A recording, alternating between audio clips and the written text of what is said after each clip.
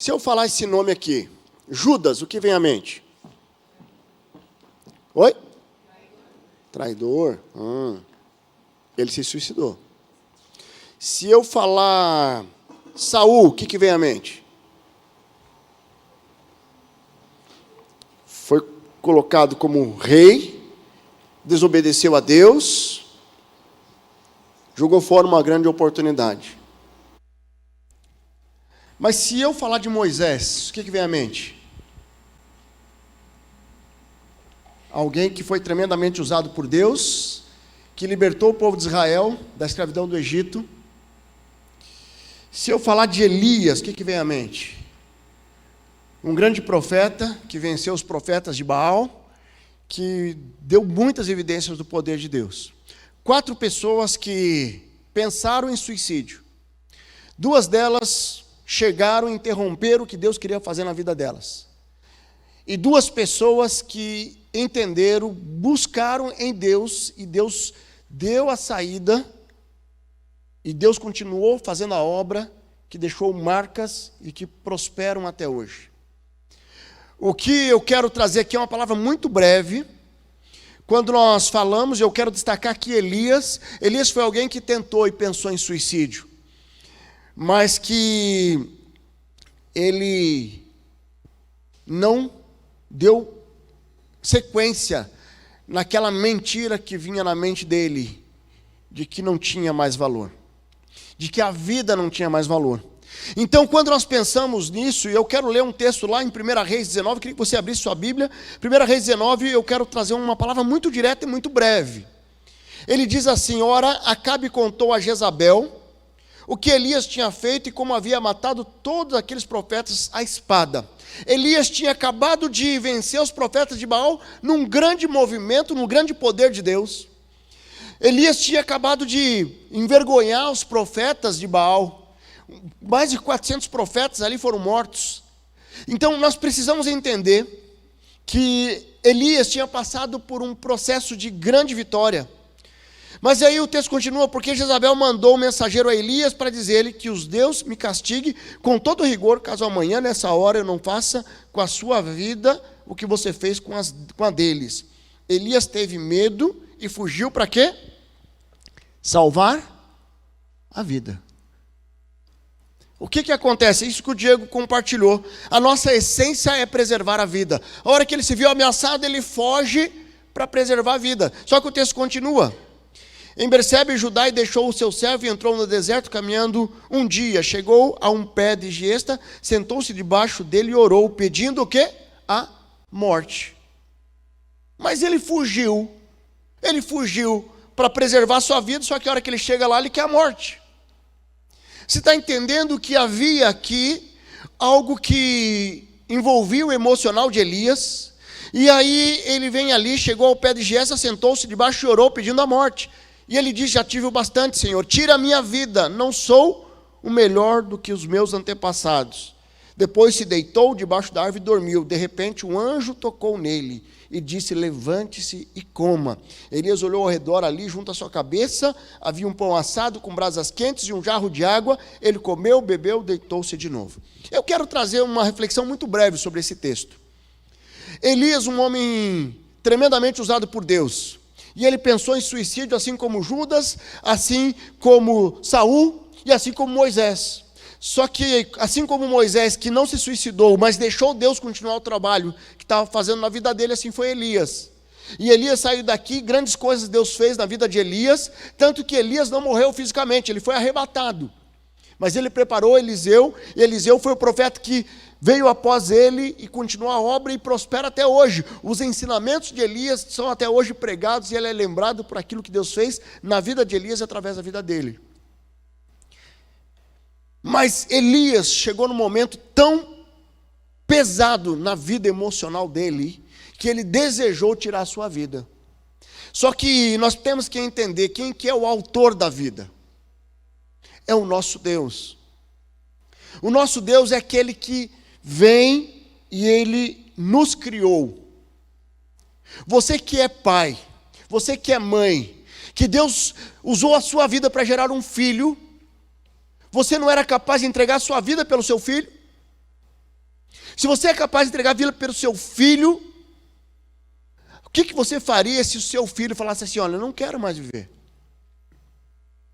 Certo? O coração do pai certamente estaria arrebentado. E assim, o nosso Deus nos ama. Independente do que aconteceu na sua vida, independente das suas lutas, porque com muita facilidade, ao invés de olhar para a cruz, eu estou olhando para o problema, eu estou deixando esse problema me dominar. E se eu abro uma brecha, isso pode desencadear. Eu não estou minimizando, e nós falamos muito sobre isso, sobre as dificuldades que nós podemos ter, sim, emocionais. Nós temos sim problemas emocionais que podem ser desencadeados. Por quê? Porque nós temos todo um sistema mental, um sistema emocional, e que ele está exposto a esse mundo. Mas o que nós precisamos fazer é não caminhar sozinhos, é não olhar para aquilo que a minha mente direciona que é antinatural. Porque pensar ou tentar viver o suicídio é antinatural. Nós olhamos aqui, Elias ele teve medo de morrer, ele foge. Mas quando ele foge, ele está mais seguro daquela ameaça de morte, daí ele mesmo pede a sua morte. Porque havia uma dor que ele queria que passasse nele. Nós precisamos entender que muitas vezes nós podemos ter experiências tremendas, mas o nosso emocional ele não é algo linear. Tem momentos que nós estamos bem emocionalmente, tem momentos que nós estamos maus emocionalmente. E nós precisamos estar sensíveis para não caminhar sozinho e buscar a direção de Deus, para buscar um fator de equilíbrio. E de repente você vai precisar de um psiquiatra. É isso aí, faz parte do processo, porque Deus que deu a inteligência para a medicina, para usar esses homens das mãos do Senhor para ajudar a equilibrar as emoções, e quando com as emoções equilibradas você restaurar os gatilhos que gerou essa depressão, que gerou esse pensamento destrutivo.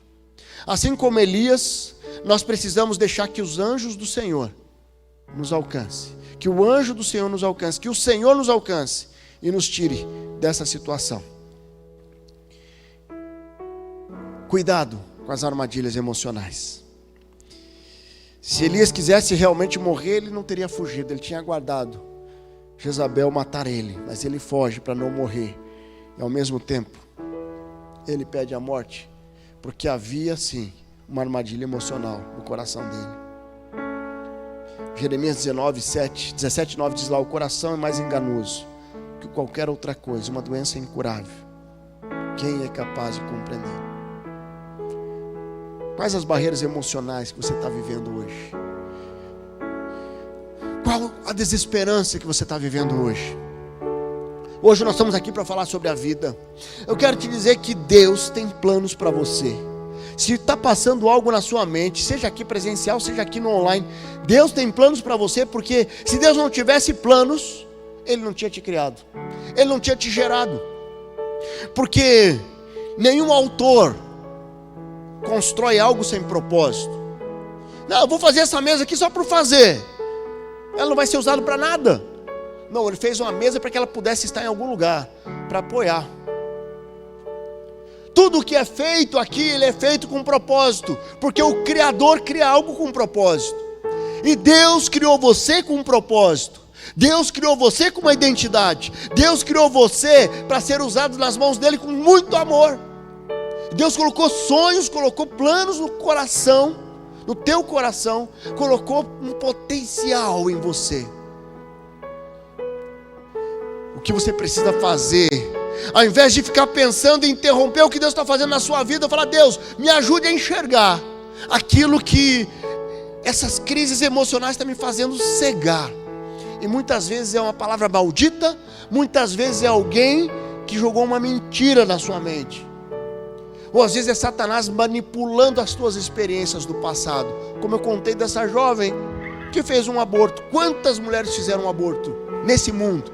E quantas mulheres foram restauradas? E Deus construiu famílias extraordinárias a partir dessas mulheres. Filhos abençoados a partir dessas mulheres. Por que não vai fazer com você? Mas Satanás fica te acusando, dizendo assim: olha, você não tem moral, você é suja. Satanás é um acusador, é um mentiroso. Então nós precisamos eliminar esse aspecto espiritual, dizendo assim: eu sei quem eu sou, a minha identidade é em Cristo. Isso tem que estar muito bem resolvido. Você precisa ter plena convicção de quem você é, a sua verdadeira identidade, que é aquilo que Deus falou que você é, não é o que alguém falou. Pode ser até seus pais, que às vezes usaram a boca, emprestaram para Satanás para jogar uma mentira na tua mente, no teu coração. Você tem que saber quem você é. Você é filho amado de Deus, filha amada de Deus, e ninguém pode tirar isso, porque Deus te ama a ponto de entregar o seu próprio filho por você e por mim. Então você precisa olhar para a cruz e eliminar isso nessa dimensão espiritual. Mas de repente você está bem com Deus, e mesmo esses pensamentos continuam, daí está na hora de você ir para uma psicoterapia. Nós temos aqui a Policlínica, que está aqui para lhe apoiar. Ou você busca um psicólogo que possa te ajudar a entender, interpretar a realidade e restaurar essas marcas do passado. E de repente eu estou ali e realmente não consegui ainda dar toda a volta. Deve ser químico, então eu vou para o psiquiatra. E o psiquiatra, um homem que está usando a medicina, que são conceitos, que são valores construídos pelo próprio Deus. Deus deu inteligência para os cientistas que desenvolveram tudo isso. E eu vou, mas independente se eu vou para um psiquiatra, se eu vou para a psicologia, se eu vou para o aspecto espiritual, eu preciso entender que tem uma saída. Essa dor vai passar. Você é valoroso e valorosa para o Senhor, então não deixe ninguém roubar a alegria do teu coração. Então eu quero agora trazer um desafio. Você pode fechar seus olhos? Eu quero trazer um desafio para você que está aqui. Vamos ficar de pé. Mantenha os olhos fechados com o Senhor. Eu queria que você começasse a orar e colocar diante do Senhor. De repente você está aqui hoje, você precisa de uma cura emocional. De repente você nem pensou em suicídio, mas tem algo no teu coração que emocionalmente está doendo. Ou de repente você está aqui, isso passou pela sua mente, você está pedindo perdão a Deus. Peça perdão a Deus agora. Fala: Deus, me perdoa, porque esse pensamento veio na minha mente. Mas eu quero hoje que nós pudéssemos ter aqui um momento de oração por cura emocional. Que nós possamos ver aqui Deus agindo poderosamente na cura emocional de quem está aqui. Está emocionalmente arrebentado, está num quadro de ansiedade, num quadro de depressão, num quadro. Nós vamos orar por cura sobrenatural. Nós não queremos desafiar você a deixar o tratamento, deixar o medicamento, quem está te acompanhando. Não, mas hoje nós vamos orar porque Deus pode. Você pode chegar lá no médico lá e o médico mesmo vai identificar que tem algo diferente em você, porque o nosso Deus é poderoso. Então, enquanto nós cantamos esse cântico, eu quero desafiar você que precisa hoje de uma cura emocional. Você vai vir aqui à frente, vai se colocar de joelhos e nós vamos ter um tempo de oração. Vamos ter um tempo orando, colocando a sua vida diante do Senhor. Enquanto nós cantamos, sai do seu lugar. Aleluia. Que o Senhor te abençoe. Já temos o irmão aqui. Você precisa vir aqui à frente, vem aqui, nós vamos orar. Sai do seu lugar. Tempo de cura, não precisa ficar com vergonha. Nós estamos num ambiente seguro aqui. Glória a Deus, glória a Deus. Nós estamos num ambiente seguro. Noite de cura, noite de restauração, noite de um renovo, renovando experiências com o Senhor, renovando um compromisso com o Senhor. Glória a Deus, glória a Deus. Mais alguém, sai do seu lugar. Glória a Deus. Deus está falando ao teu coração. Deus está ministrando teu coração. Sai do seu lugar, vem aqui à frente. Aleluia. Muitas pessoas, muitas mulheres aqui. Cadê os homens? Cadê os homens aí que estão aí presos na cadeira? Eu quero homens aqui. Eu sei que você está passando por dificuldade. Sai do seu lugar, vem aqui.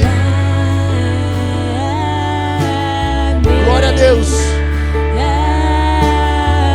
homem tem uma facilidade de racionalizar. Nós vamos ter um tempo de oração, um tempo de intercessão, um tempo de clamor. Deus tem algo especial. Derrame até 1000 gerações, tua família e teus filhos e os filhos de teus filhos. Que a bênção se derrame até 1000 gerações, tua família e teus filhos e os filhos de teus filhos. Que a bênção se derrame até 1000 gerações, tua família e teus filhos e os filhos de teus filhos. Que a bênção se derrame até 1000 gerações, tua família e teus filhos e os filhos de teus filhos. Que a bênção se derrame até 1000 gerações, tua família e teus filhos e os filhos de teus filhos. Pode chegar aqui, quem mais está aí? Quem está preso que precisa vir? Venha, homens. Ministro Fidelis, chega aqui. Tua família Ministro Fidelis. e teus filhos e os filhos de teus filhos. Aleluia. Ministro Fidelis, chega aqui. Ministro Fidelis vai estar orando.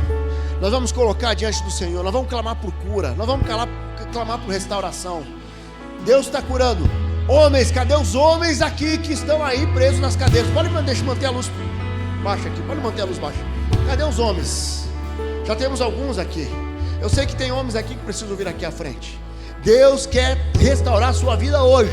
Você está lutando. Deus está hoje dando a oportunidade. Coloque diante do Senhor. Vem aqui à frente. Nós vamos orar. Nós vamos clamar. Ministro Fidelis, vamos orar. Vamos clamar por cura. Amado Deus, eu sei que o Senhor está presente no nosso meio. Eu sei que o Senhor se importa com essas pessoas. O Senhor enviou seu Filho para morrer naquela cruz. Deus, eu vejo muitas lágrimas derramadas aqui nessa noite, Senhor. Talvez algumas pessoas estão lá na sua cadeira, talvez outros estão nos vendo pela internet e lágrimas estão correndo dos seus rostos.